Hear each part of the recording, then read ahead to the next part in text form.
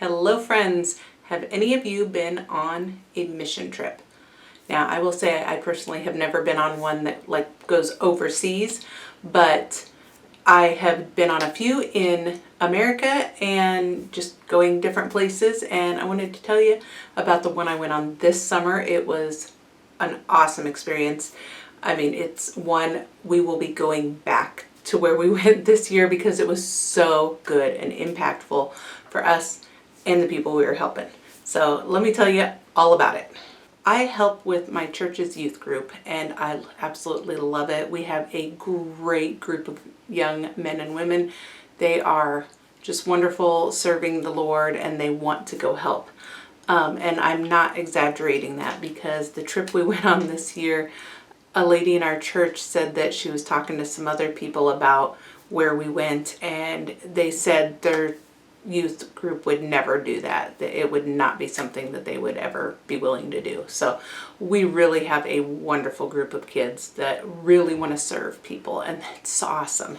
We went to northern Wisconsin, which is not a place you would think for an awesome experience for a mission trip, but it really was. And we went to a place called Camp Daniel.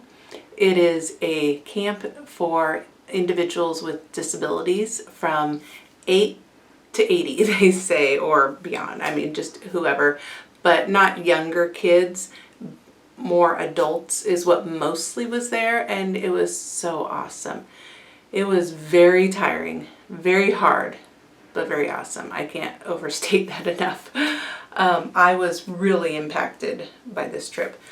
We went there on a Sunday. We got there and we worked. We were there from where we are. It took us 9 hours to get there with stops, and so we drove all day Sunday, got there that evening, did training the next morning, and then we were with campers from Monday afternoon until Saturday morning. And it was, I mean, my camper got up at 6 a.m. and lights out was 9:30 p.m. and then we had a meeting afterwards. So it was on from 6 a.m. till like 11:30 at night. You were on. So you got about 6.5 hours without something you had to do. And of course I was there with the youth group, so that means they want to have fun and togetherness time afterward, which is so great. I'm so glad they did. So it was up a little bit longer. I think I got about 5 hours of sleep every night. And it's amazing because in normal life, if I get 5 hours, I can't function. But that week, God sustained me for sure and gave me the energy I needed, because I was able to keep going. Granted, when I got back, it took like 6 days, I think, to finally get to where I felt like I wasn't exhausted. But I'm still loved that I did it enough that I'm going back next year. So this camp isn't just a normal camp. If you think of like how kids go to camp, and it's so fun. They're able to do fun activities and run around and play and group activities, and then they have their Bible time, and it's kind of like that, but even better. I felt like I was at camp with these campers. It was that good. Every meal, except for like 2 during the week, was a theme. So you had like medieval, lumberjack, red versus blue team, because all week you're either on the red team or the blue team, and you're like having fun and trying to beat, who's gonna win, there's competition, but friendly, you're excited for everybody else. There was one lady that would walk around and she'd yell blue team, and I was on red team, but I still yelled blue team with her, just excited for her.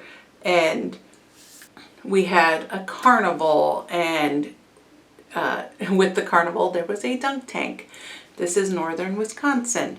It was not warm. I wore a sweatshirt most nights. During the day you could take it off, but blue jeans was the norm, and sweatshirts were normal at night. And so having water games and having a dunk tank in ice cold water in a cold day, that was not fun. But you know what? I did it because I had to get the points for our team. It was so fun. I cannot express it.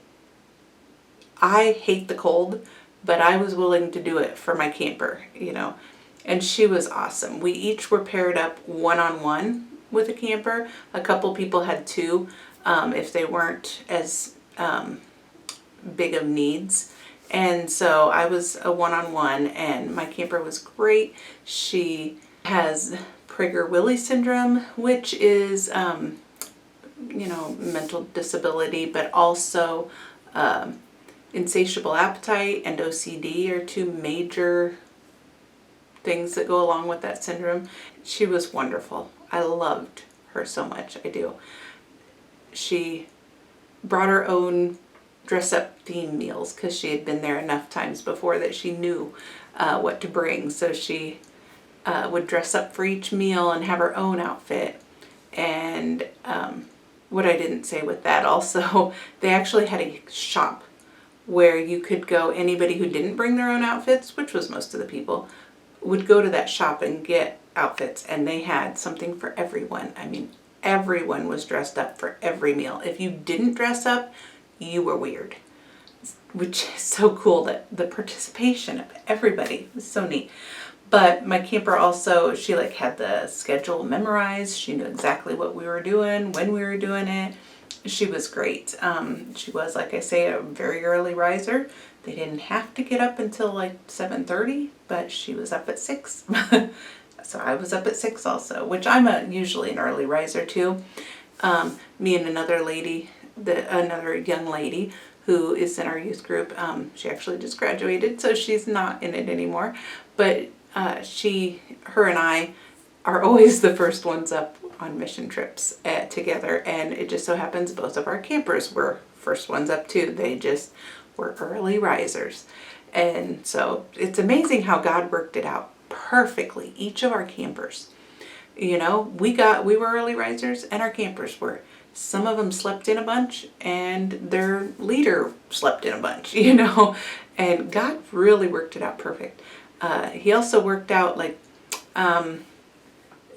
who the people running the camp don't know us. We had never been there before, but yet they paired us perfectly with our campers, personality wise, and what we could handle. A few of them the youth were very stretched.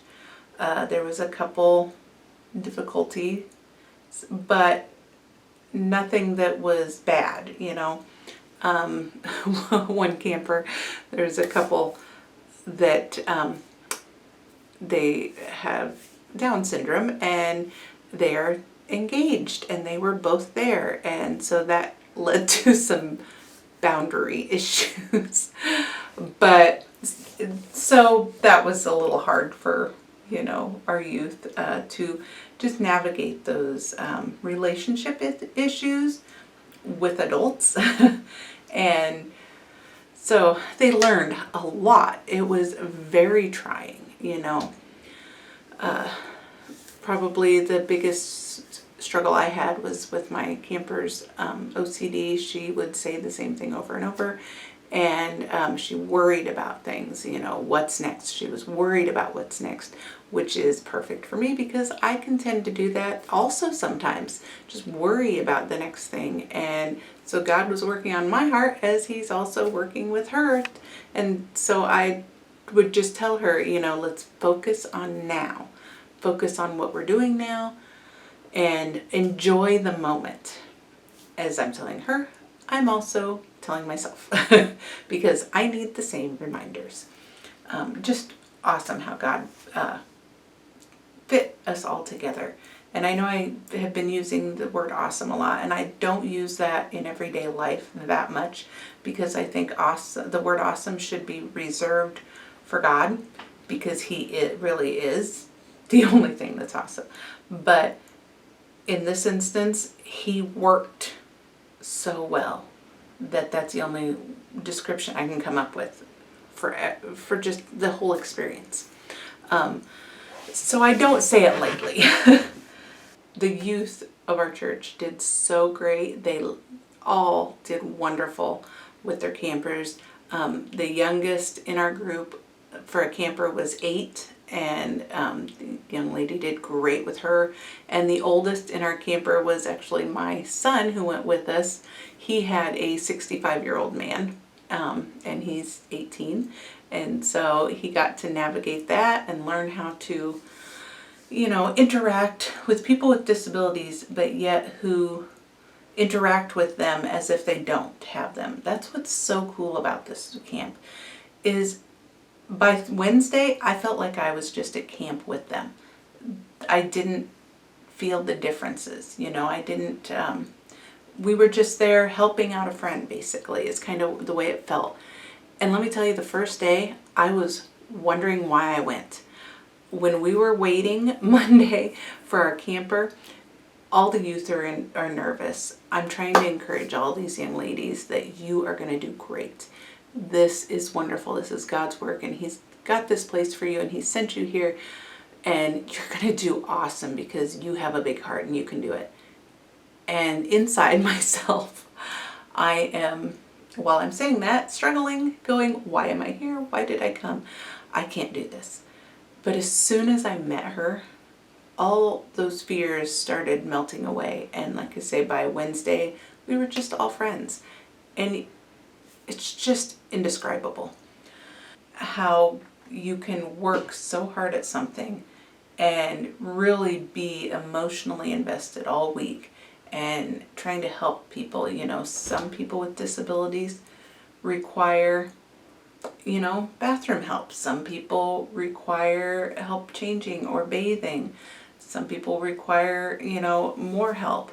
There wasn't a whole lot with huge needs, but there were, on the week we were there, there was one that was, but one or two. But, you have to help with certain things with people with disabilities, and just navigating that is such a learning experience for everyone.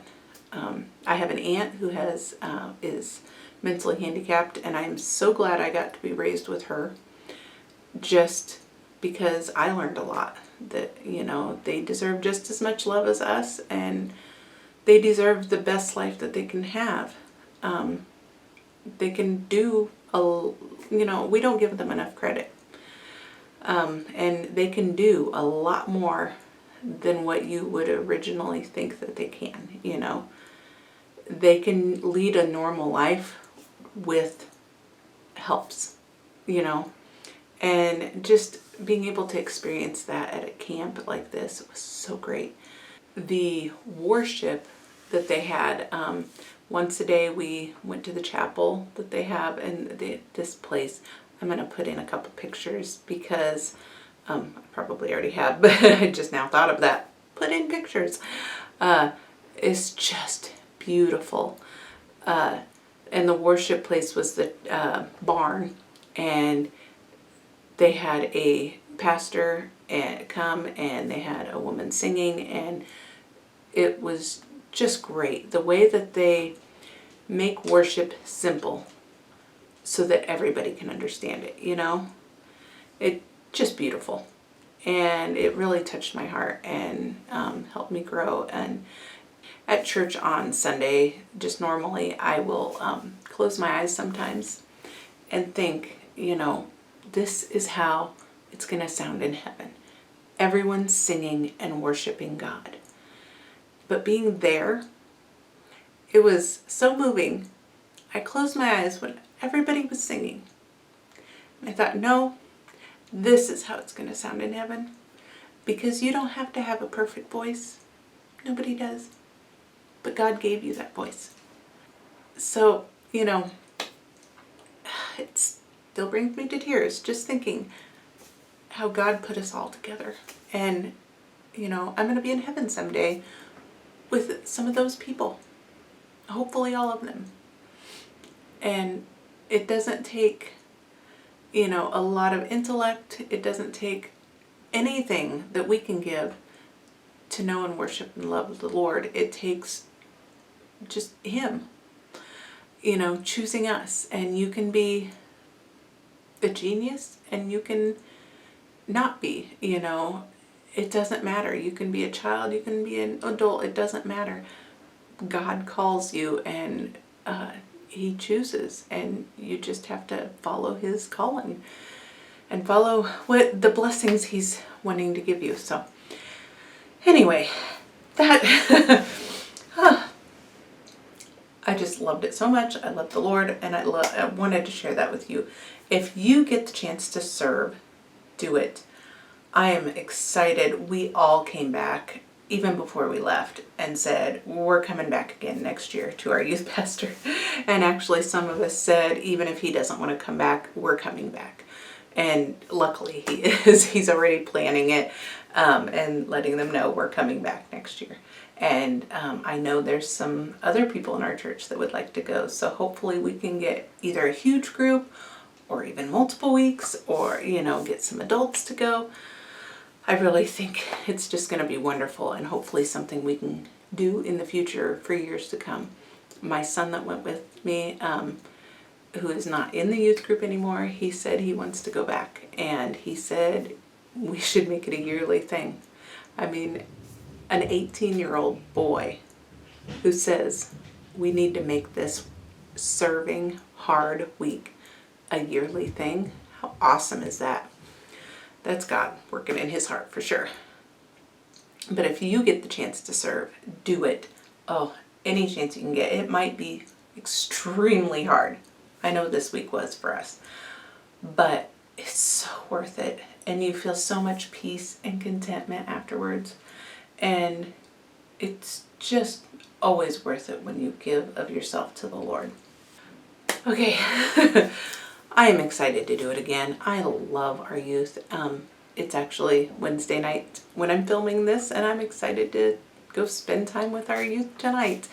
They are so great. I'm very sad because the group that graduated this year is going out, they've only got this week left and then they're done, is my son, and there was 4 other ladies that were just, I love them all so much, and I'm gonna so miss them. But you know what? There's more coming up. I've been doing Bible study with some 7th graders coming up. Yes. And they're just a great group. And I was going to quit, actually, just because I thought, well, my oldest is out. My 14-year-old doesn't go. There's trials there. But you know what? You can't force your children to go to church. You only encourage them. Well, okay, we force them to go to church. You can't force them to believe, but you can encourage. And so, I thought, my son doesn't go, I'm going to quit. And then I told our youth pastor, I said, I'm sorry, I can't do it. And he's like, no, good, stay. So I just have to keep with them because I just love them so much. Can I have a good pop? Yes, you can have a popsicle. All right, I guess it's time to end this video. So thanks for watching today, friends. I hope you liked this video. Subscribe to my channel and continue to join me in this joy-filled life. Thanks. Bye.